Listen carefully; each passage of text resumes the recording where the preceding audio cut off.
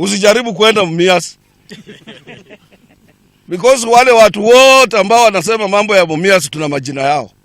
Na hakuna mtu atatoka kwa nyumba yake. Hata wanakanashua you for free. Atafunguliwa baada ya hii mkutano kuisha. Good morning, Brenda. Actually, we have a lot of expectations because we have seen the Buhungu meeting and the preparations being complete. There was a check a few days ago and everything was ready. But apart from that, also we have seen those ones who are opposing Buhungu meeting preparing their own meeting, which will happen at Mumias Bomani grounds. But already we have seen the police have cancelled that permit, and they have really warned those ones planning to have that meeting at Mumias. It will definitely be not well. But I think it's the right time we speak with the Kotu Secretary General Francis Atwoli. He has been behind the planning of Buhungu meeting. For you, Ndugu Francis, why is it this meeting for you, it is a die or do meeting? Actually, it is not a die or a do meeting because we had a similar meeting in Kisii, and on 21st, I think we will be in Mombasa. We will be at the coast also on a similar meeting. This is a very fair and well-articulated meeting to articulate issues related to BBI. It's not a political meeting, and we have already arranged, and even the BBI Secretariat will be in attendance. So it is not political per se, as people are trying to view. And as you know, Buhungu too we have promised. This one will be there next year, where we will be in a position to marshal out up to a constituency level who will be representatives, parliamentary representatives of Western Province, including who will spearhead our negotiations to national issues with other leaders across the world or across the country. So the Buhungu meeting is already organized, and I can assure you for free, we have finished everything. The dais was done yesterday, very wonderfully. It will accommodate about 180 dignitaries, besides about almost nearly 1 million people we expect to attend. It's not an easy matter that somebody can wish it away the way some people are thinking. And I want to thank the Honorable Musalia Mudavadi Wycliffe. He has distanced himself with the alleged Mumias meeting. He has said it's not part and parcel of it. I've just read it in the newspaper. And indeed, the way I know Mudavadi cannot associate himself with the controversial and illegal meetings such as the one people are purporting to have organized. And there will be no any other meeting in Western Kenya. That one I can assure you for free. Tomorrow there is only one meeting. And people who were there 2016, when we organized to install Mudavadi as our spokesperson on 31st of December, there was such allegations by this young confused boy called Chesa that he was having his own parallel meeting in Mumias. But I made sure he did not leave that place. He didn't leave that scene. And right now, put some mechanism in place. He will not leave that place. I will make sure that the lawyers, not even the government, will guard him until the meeting will be over. But we have done also something good because it will be free on KTN. I have sent somebody to buy him a TV so that he can watch what will be happening at Buhungu Stadium. Why do you think they planned a parallel meeting at Mumias rather than be at Buhungu? Do you think they have their own agenda? And do you think when the government denies them a permit, it's not giving them an opportunity to do what they want? No, it is not a question. The government doesn't like chaotic situation everywhere. Government is to keep, the main purpose of government is to make sure that there is peaceful security to everybody. And that meeting is endangering security in the entire Western Kenya. Two, it is not them.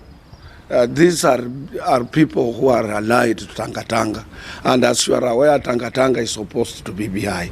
And Tanga are very few individuals according to the percentage of the total Kenyan population or populace that supports BBI.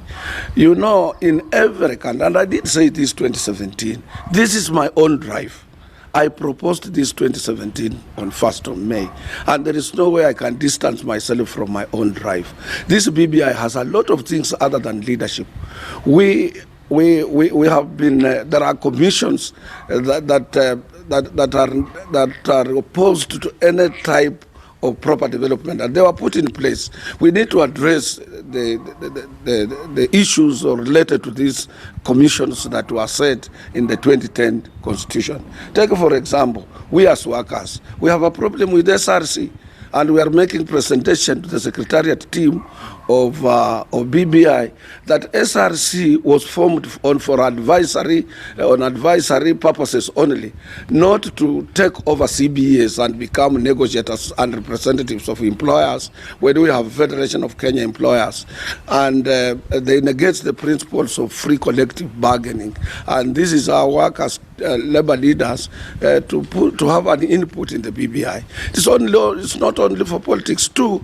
As I said 2017 that we need to look at governance. We expand that. That is where there is a problem after elections, and who suffers after elections are women, children and workers. People who are being shot in Kibera, people who are being shot in other areas, in places in Kenya, when we have a chaotic situation after election, are workers and their children. And we don't want that. We will make sure that BBI, and as we popularize here, when the referendum comes between June and July, it goes through. Katibu, this is a people-driven process, and we expect a large number of people to attend tomorrow. How will you involve them there? Because people have been questioning over 100,000 people, and this is a process that should include the common mwananchi. How will you get their comments about the BBI?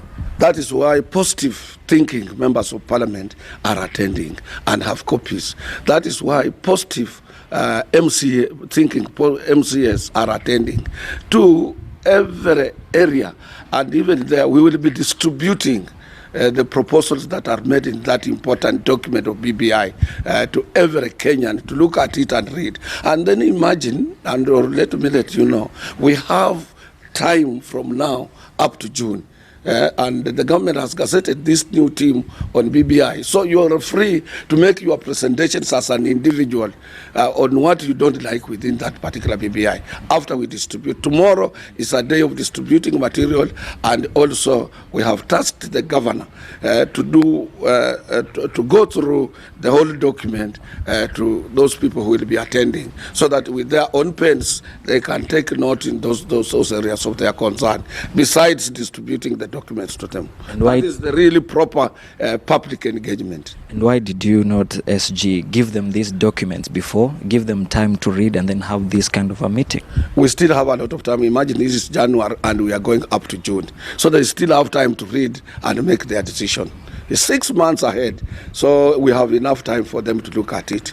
It is not a question, why did we? Because, you know, it was propelled another days when it was launched, and the government, this month is when the new team was gazetted, just this week, and we have still about 5 to 6 months ahead. So Kenyans still have time to look and peruse the document and make their thought decision on the BBI. But the BBI, I can tell you for sure and for free, as I said in 2017, because this comes to me, I'm a just man of God. I said we will revisit BBI, we have revisited BBI. I said in January there will be a handshake 2018, and on March 9th there was a handshake. I said whatever I say comes to pass. I said Uhuru is going nowhere, and to my thinking, I haven't met him. He's in Mombasa, and I'm not a state house operative. But my thinking tells me, after we have expanded the secretariat, because, you know, the governance area from presidency, deputy presidents, deputy prime ministers, whether we will form a chief secretary and other important areas of governance, there will be a lot of slots. And if Kikuyus will, in central Kenya, will decide, or Mount Kenya guys will decide to present their leader in any one of the slots, it will be accepted. With us, Mumias, we are earmarking one of the most important slots inside there, of which, if the governance goes through, we will have the same with the Nyanza people. And they will have to present their own person. If they brought Raila, nobody will say no. If they bring Orengo, nobody will say no. So this governance, we want to expand, not to a winner takes it all. And that is why Tanga are furious. They wanted our KANU style of leadership, of which has been overtaken by events. Katibu, you seem to believe that the BBI proposal will be the end to the troubles of Kenyans. Why do you think so? Absolutely. Absolutely. everywhere in the world, people do revisit their constitutions to see to their aims. In Kenya, politics is pegged on ethnicity, and we must recognize that we are not like Tanzanians or Ugandans. We have accepted that Kenyans have communities that community-based politics or ethnicity-based politics, and let us accept it positively and put the same into our BBI, and that will be the end of the problem, so that every community gets something small. You can look at the recent cabinet reshuffle and appointment of permanent secretaries and so on, and other people. Kenya is quiet. Nobody is talking because it's all inclusive now, and that is what Kenyans want. Yeah, even young people are reflected. We have now a third of women in the cabinet, and every region, every community, everybody is represented. If it is not from your own ethnicity, but in your own locality, there is somebody in the government. That's what people want. Katibu, as we wind up, what is your message to those ones opposing the BBI and also opposing Buhungu meeting, including the Tangatanga team? Those have been overtaken by events, and I can assure you for free that they will be nowhere. They will be not re-elected in parliament in the coming. I can tell you for free this one, I'm 100% sure.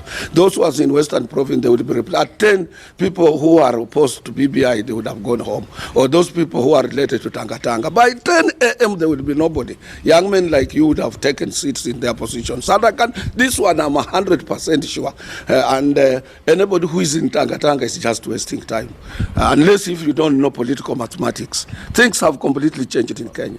I think this is a very important question before I let you go. Those ones who are planning for a meeting at Mumias, it was because they wanted to revive the Mumias Sugar Company. We have seen the president recently giving out funds to revive tea, sugar and milk, which seems not to benefit the people of Western because the economy is about sugar and it has been ailing for long. Will you discuss such kind of issues? And maybe you're close to the president. Why can't he not make a statement to revive this ailing sector? Let me tell you, the president and the government was waiting for Governor Paranya's report. There is the Ministry of Agriculture set up a committee to inquire how best sugar industry can be revived in Kenya. You cannot go where receivership has taken place and other people are acting on behalf of shareholders, creditors, and so on. And then you say, because of politics, you will change anything empty-handed. Those people who are planning that Mumias meeting, first of all, they themselves don't have what to eat. They don't have even a penny in their pockets. I know them well. How will they revive that? That is a thing that the Mumias revival requires a substantial amount of money. And the Oparanya report is ready, and anytime, this one I can say, I haven't talked to him, the government will be intervening under the new ministry, and the head of state, I know he has that keen interest. But soon they will be announcing the new dimension in sugar industry in Western Kenya. Not only in Western Kenya, Nyanza, and wherever there is a sugar factory, including South Nyanza. So, okay, thank you so much.